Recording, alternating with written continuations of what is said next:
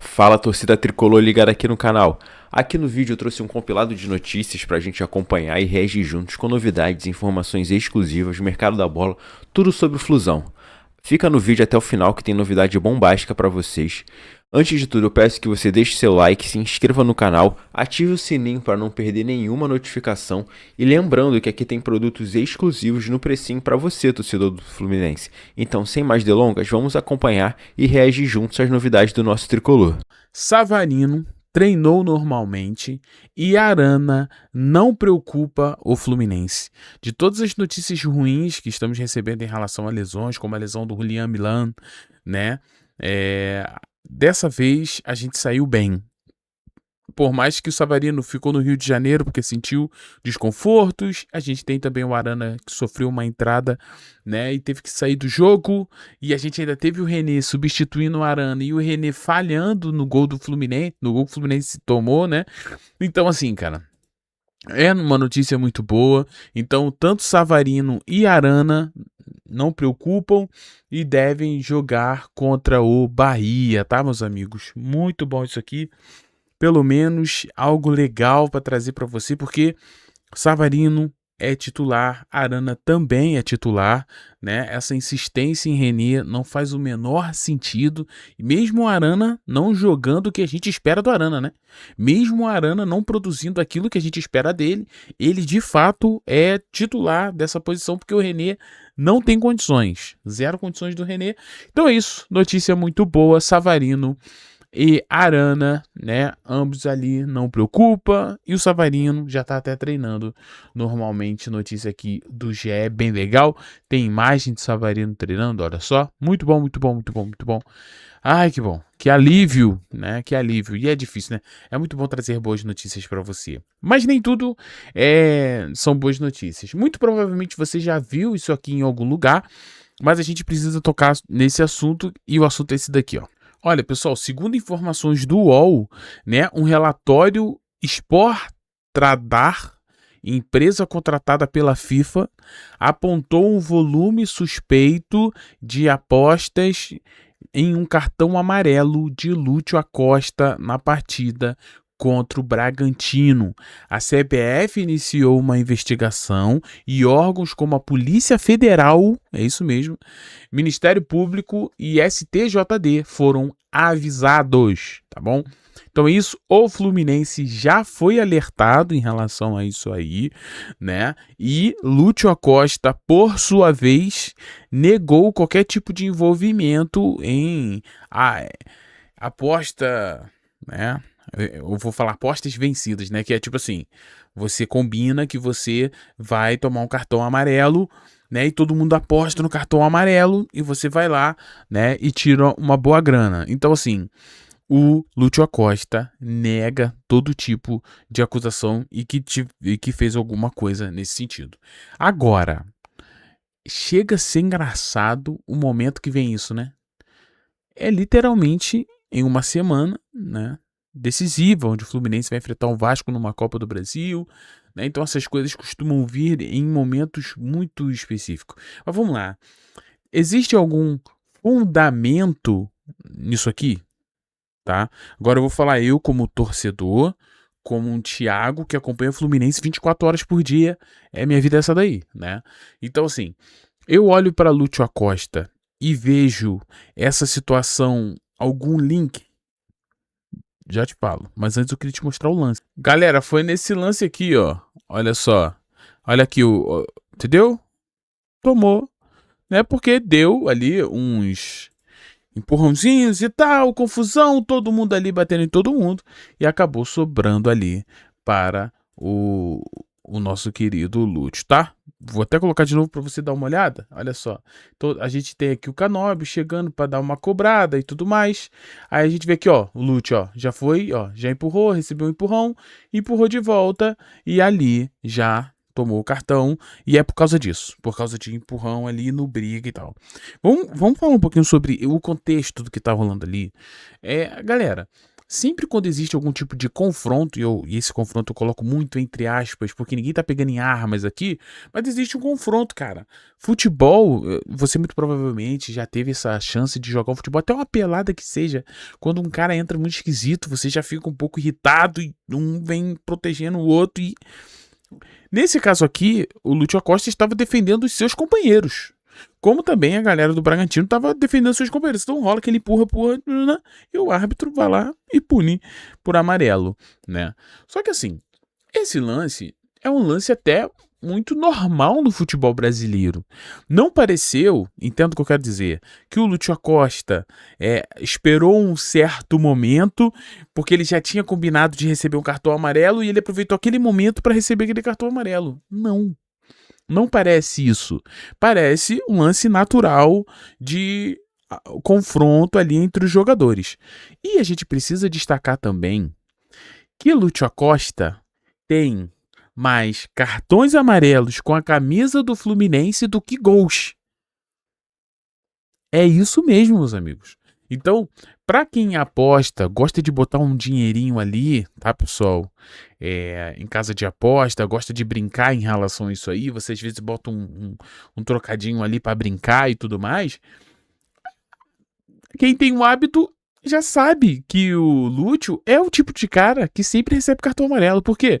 Porque ele é argentino, galera. Argentino. E ele é pequenininho, mas ele é marrento pra caramba. Então, ele dá nos caras e pá. Ele é assim, ele reclama muito, né? Mas isso é do Lúcio Acosta. Isso não é algo que o Lúcio tá fazendo isso pra poder ganhar dinheiro. Não é isso. É dele. Tanto é que eu falo, cara, Lúcio Acosta precisa ser um pouco mais calmo, porque às vezes ele desfalca o Fluminense em jogos importantes porque toma muito amarelo.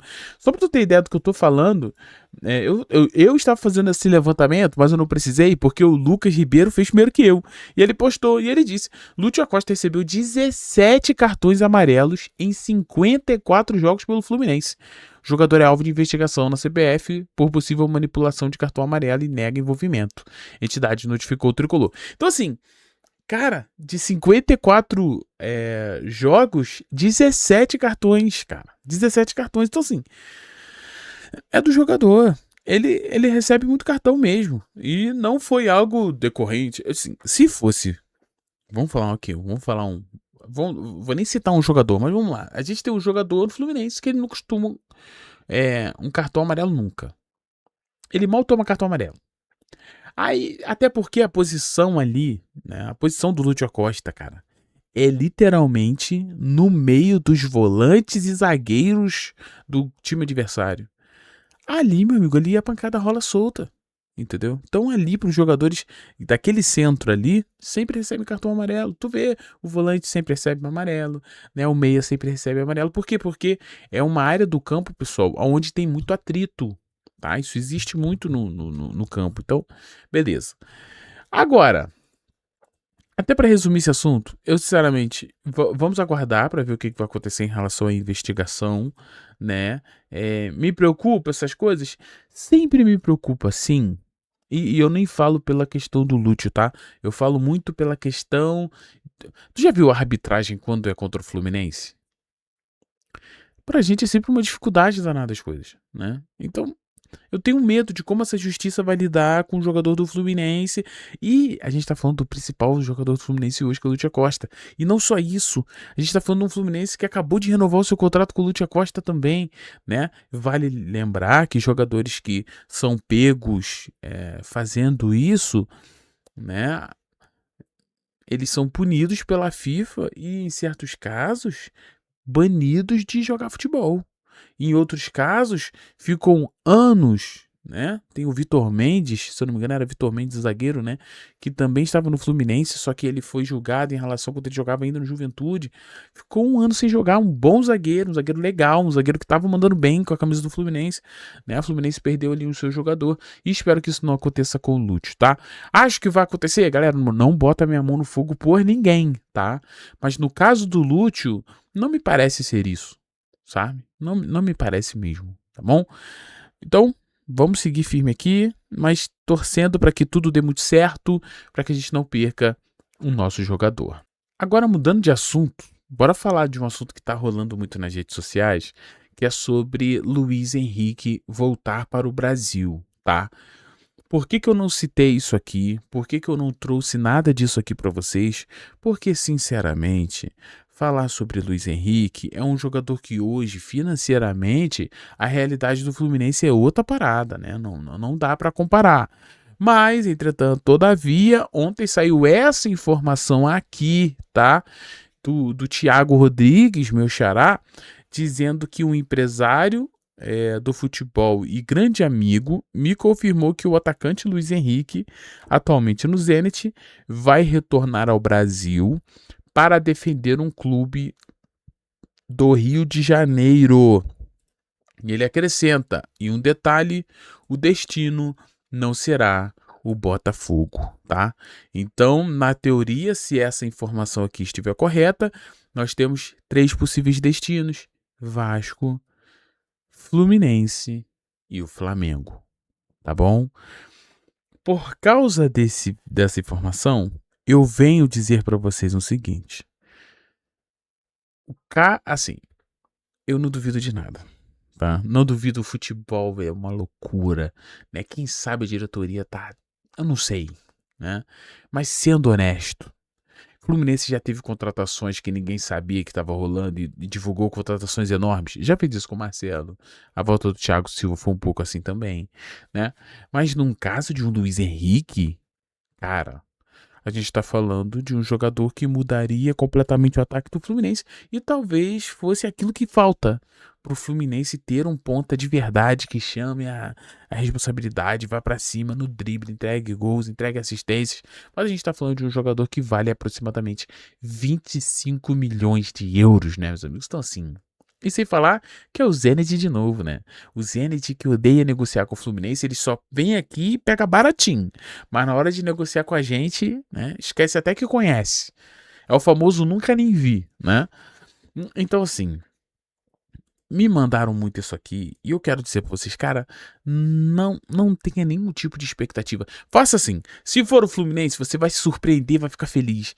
Mas a tendência hoje é que esse clube seja o Flamengo, gente. Mais um moleque de Xerém indo pra Gávea. A tendência, tá?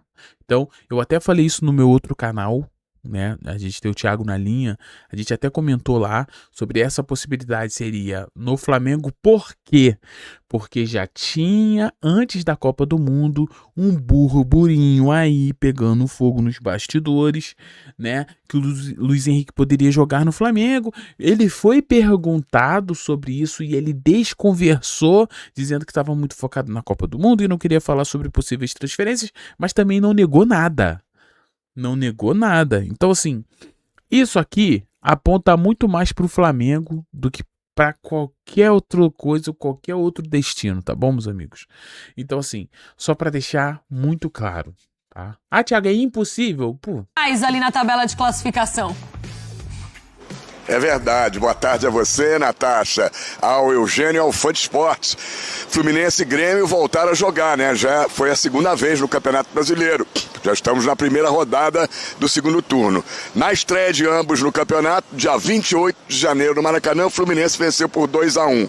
E agora houve um empate em 1-1 em Porto Alegre, na Arena do Grêmio, né? Um resultado, foi justo o empate, mas acabou sendo um resultado melhor para o Grêmio, nas circunstâncias. Por quê? O Fluminense vencia por 1-0, gol do Hulk de pênalti, primeiro gol dele oficial pelo Fluminense, aos 20 minutos do segundo tempo. Ele já tinha feito um gol de pênalti num amistoso contra o Bahia no Maracanã. Então esse foi o segundo gol, mas o primeiro oficial. E aí o Grêmio só foi empatar aos 44 minutos do segundo tempo com esse garoto que entrou e veio do Goiás, o Diego Caito, lateral direito. Ele entrou 20 minutos antes do gol de empate. Ele entrou aos 24 minutos do segundo tempo e aos 44, num chute que desviou no Freitas, acabou enganando o goleiro Fábio e foi o gol do empate, que foi um gol ali que deu um alívio para o Grêmio Grêmio já no finalzinho do jogo. Jogo que marcou a reestreia do zagueiro Thiago Silva com a camisa tricolor em jogos oficiais. Quarta passagem dele pelo clube e voltou como capitão. Ele tinha dito que talvez não quisesse mais ser capitão, mas foi convencido por todo o grupo e voltou como capitão. Desfalques do Fluminense, John Kennedy suspenso, primeiro jogo da suspensão de 2 jogos. Savarino não viajou, estava com dores na coxa esquerda, além dos zagueiros, o Milhan e o James, que se machucaram no último jogo, contusões musculares. O Fluminense não vence há 4 jogos, sendo depois da Copa 2 jogos, 2 empates de 1-1 com o Red Bull Bragantino e com a equipe do Grêmio. A última vitória do Fluminense aconteceu na 16ª rodada do campeonato, dia 16 de maio no Maracanã, quando venceu o São Paulo por 2-1. Vamos ouvir os 2 técnicos, Luiz Castro do Grêmio e Luiz Ubeldia do Fluminense, falando desta partida, esse empate 1-1. Esse empate não mudou muito a classificação de ambas as equipes no Campeonato Brasileiro. O Fluminense permanece no G4, em 4º lugar, com 33 pontos ganhos. E o Grêmio ganhou um pontinho aí, 15º colocado ali à beira do Z4, com 22 pontos ganhos, apenas 36% de aproveitamento. O Fluminense tem 55% de aproveitamento. Fluminense volta a campo agora na quarta-feira, no Maracanã, jogo pela 21ª rodada, 9h30 da noite, contra o Bahia, que é o 6º colocado, com 25 pontos ganhos. Sendo que o Fluminense estreia nessas oitavas de final da Copa do Brasil, primeiro jogo de ida, sábado, Copa do Brasil no final de semana. Vasco e Fluminense no Maracanã é o primeiro jogo, mando de campo do Vasco, às 5h30 da tarde. O Grêmio vai ter uma semana aí para trabalhar, porque o jogo da 21ª rodada contra o Botafogo no estádio Newton Santos não tem data definida pela CBF, vai ser realizado posteriormente. Então o Grêmio só volta a jogar agora na Copa do Brasil, oitavas de final, jogo de ida, o primeiro jogo, domingo, dia 2 de agosto, no estádio Maião, em Mirassol, contra a equipe do Mirassol, que derrotou o Grêmio no Campeonato Brasileiro recentemente, na 19ª rodada, por 2-1 também lá em Mirassol. Um beijo para você, Natasha, um abraço aí no nosso Eugênio e no Fã de Esporte. Obrigada, Cícero. Um ótimo trabalho para você. Bora lá, Eugênio. E aí, esse confronto, o que você achou? Primeiro gol do Hulk, tivemos aí. Isso é um absurdo, né? Esse pênalti cometido pelo Kahneman é um pênalti realmente que deve ter deixado o torcedor do Grêmio irritadíssimo, né? Que é totalmente desnecessário. Sim. O cara levantar o braço ali e sem querer fazer o pênalti. Mas pra que vai levantar o braço na área daquele jeito?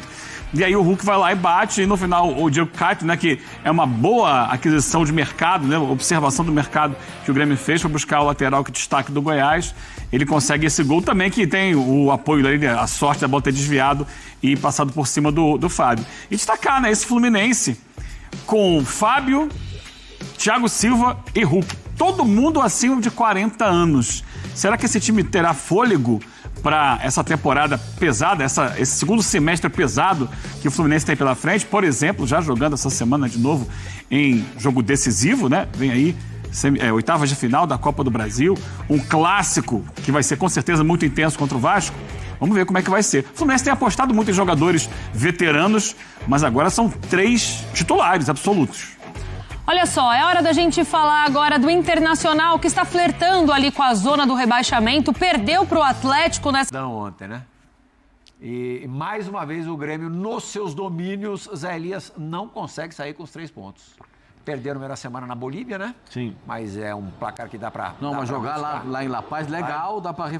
Vai ganhar e vai classificar. Mas precisa começar a pontuar mais também no Campeonato Brasileiro para sair da zona super incômoda da tabela, Zé. Não, sem dúvida, né?